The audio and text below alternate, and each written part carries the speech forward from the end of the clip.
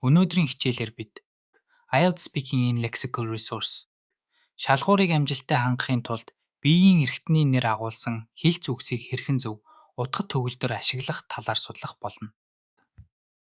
Эдгээр хэлц үгс нь таны ярианд дуран яруу байдлыг нэмж илэрхийлэх чадварыг дээшлүүлнэ.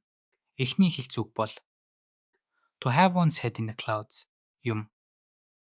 Энэ нь хүн мөрөөдөлтөө хит автаж бодит байдлаа сүндэрсэн байдлыг тодорхойлдог.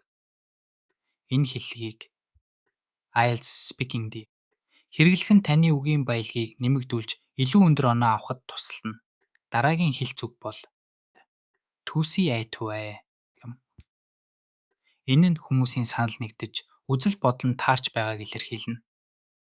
IELTS-ийн шалгалтын үед энэ хэллэгийг ашиглах нь таны ярианы баялагийг нэмэгдүүлж байгалийн ярианы хэв маягийг харуулна. Одоо бид To give someone a hand гэсэн хэлц үгийг үзье.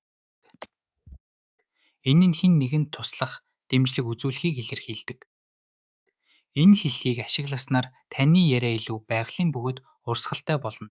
Энгийн үгс хэлц үгс хоёрын ялгааг харцгаая.